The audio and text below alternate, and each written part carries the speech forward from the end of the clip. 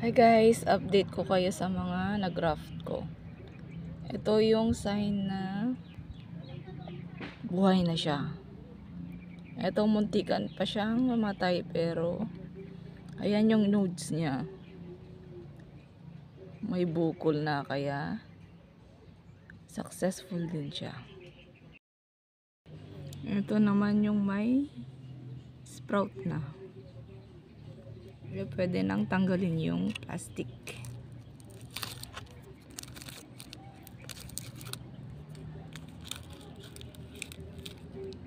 Ayan.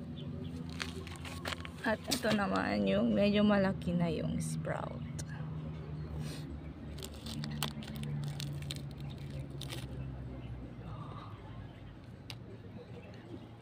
Ganyan siya guys.